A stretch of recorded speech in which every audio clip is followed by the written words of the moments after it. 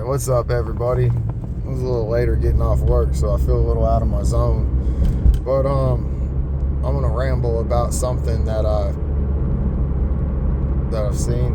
So the other day I made a video talking about bellator and UFC.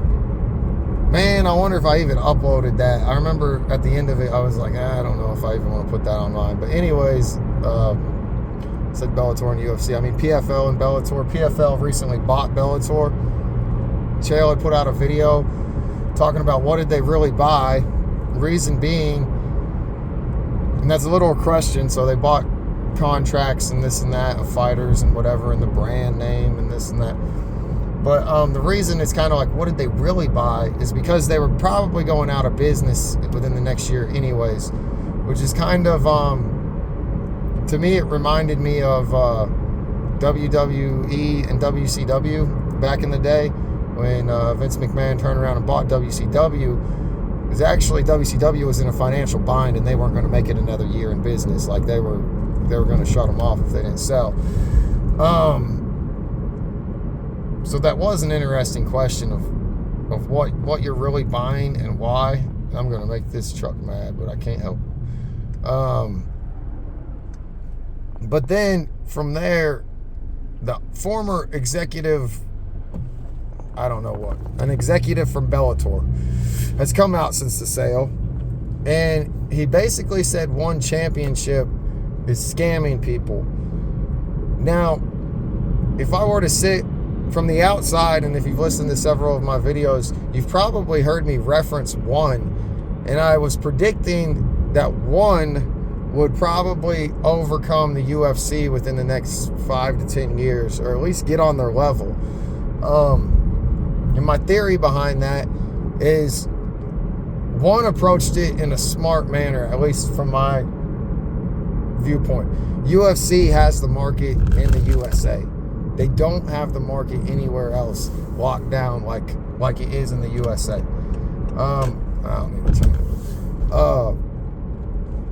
One specifically has stayed out of the USA. They're not even trying to directly compete with the UFC.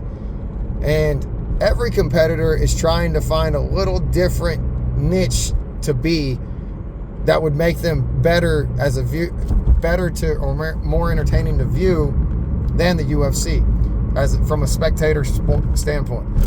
So like, one is started the whole, they do everything. Like there's Muay Thai, and they've now altered the Muay Thai rules to where they have small gloves. Like, and that's kind of why I like one, is I feel like they're actually progressing the sport. Is that one also allows the knees to the head when they're downed, things like that.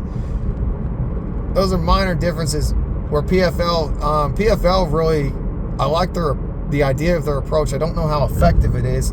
And unfortunately, I think it falls upon the sport being so new.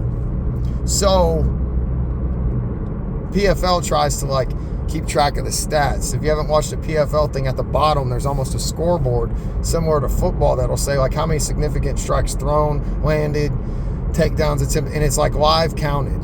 And then they call it the smart cage because I don't know why. I don't know. There's something to the cage.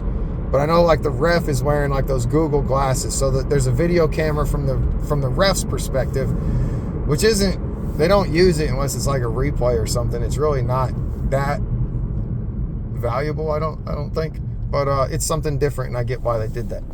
Now, I didn't feel like the PFL was making a lot of headway in competing with the UFC for a couple different reasons. One being that they are, I don't know. I guess I see more stuff from one than I do from PFL. I could name a couple more people from one than PFL. I see the regular schedule of one compared to PFL. And then come to find out, PFL is on ESPN Plus. And PFL also does a season. They're really trying something different. And it's cool. It's cool that they're trying something different. But if one locked down, in my head I was thinking, I'm like, well, one's got to be gaining traction over in Asia, Europe. Like they've got to be. Now I know the UFC is pretty strong in Europe too, but like definitely Asia, I felt like one was You know how many people are over there. And I've read about how their tickets are cheaper.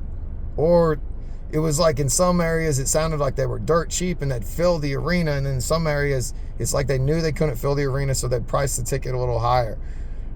Well, the Bellator executive came out and said that they were scamming or whatever, or losing money, they being one. And he said something interesting. And he said you can't be a startup company for 10 years. And that, I don't know if that's true or not. Hearing it off the tongue, I'm like, well, okay, yeah, that makes sense. But then I think of like SpaceX. There was something Elon Musk had and it never sold. Maybe it was even Tesla. I think it was Tesla, actually. So like they still haven't even made a fucking dime, but the company's worth like $100 bazillion. It doesn't even make any freaking sense to me. That just doesn't make any sense. I don't get it. And I mean, I even have a business degree, and I'm like confusing myself trying to figure all this out. So what the Bellator guy is saying is, he's saying, and I saw validity in this. I ended up looking up an article where one was seeking another way to have funds, like they worded it real proper, like they were seeking new investment opportunities, like people to invest in them so that they would have funding. And I guess that's how they're doing the startup thing. So if you were needing investment, that would say that you're not making enough money to continue on with your business without someone just giving you money. So your business would be losing money, which isn't good. Like, if one is losing money and has been losing money this entire time, there's no way they're about to last 2 more years. Like, there's just no way. But I don't know, man. I don't know. And I don't have the time really right now to sit down and just drill up a bunch of balance sheets and this and that and try to figure out everything. I'm not into it that much. But so those of you close to me and a couple of y'all training with me, I've been talking about like my goal. Like most people that fight want to be in the UFC or they want to be a pro fighter, and I've never wanted that.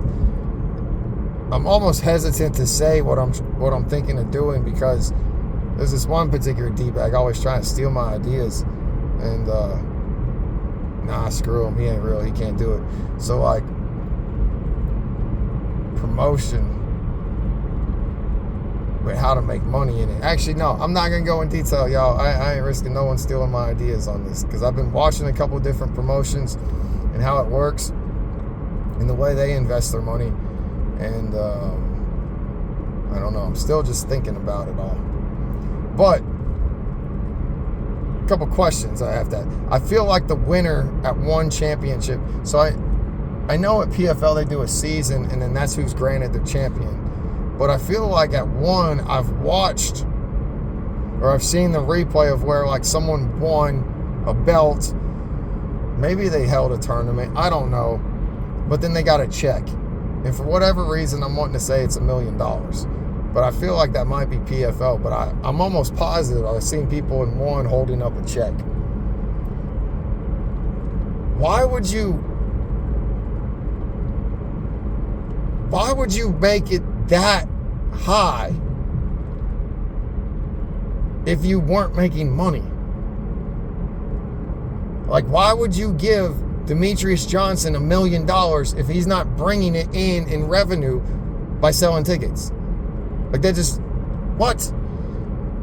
I can see it one time. Your very first time, like doing something, like having an event, yeah, you're gonna go in the hole, especially setting up. You haven't made any money yet, and I think the angle is they're trying to make it look like they pay more than the UFC. Unfortunately, when you're at the main event and you're talking about like champions and stuff, I don't think the pay is that jacked up. It's not multi-millionaires like the NFL and NBA, but the money's there. Like, they get pay-per-view points and stuff, and it is what it is. Like, I think the money's there. So for them to jack it up just on that one fight, I don't think was a good idea.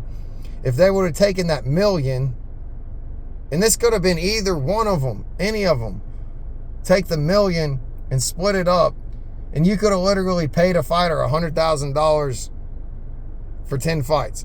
Or let's take that off. Let's say we give 5 fighters like 150. You know what I mean? Then you could actually do like 6 or 7, whatever it might be.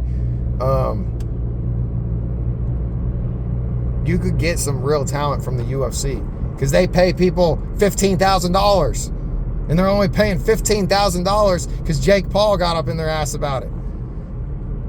Man, that still blows my mind. But all right, we're at 10 minutes. So the conclusion of this video: PFL bought Bellator, and PFL thinks that they're gonna kind of be as entertaining as UFC because they're gonna have this high level talent and stuff. Kind of made sense, kind of didn't.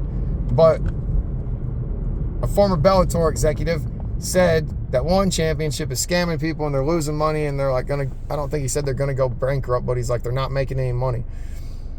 And that was really interesting. So I guess I'll end it with, what do you think? Do you think the PFL combining with Bellator and continuing their season as PFL, but then having the Bellator brand be like special events, special pay-per-views, do you think that's going to compete with the UFC?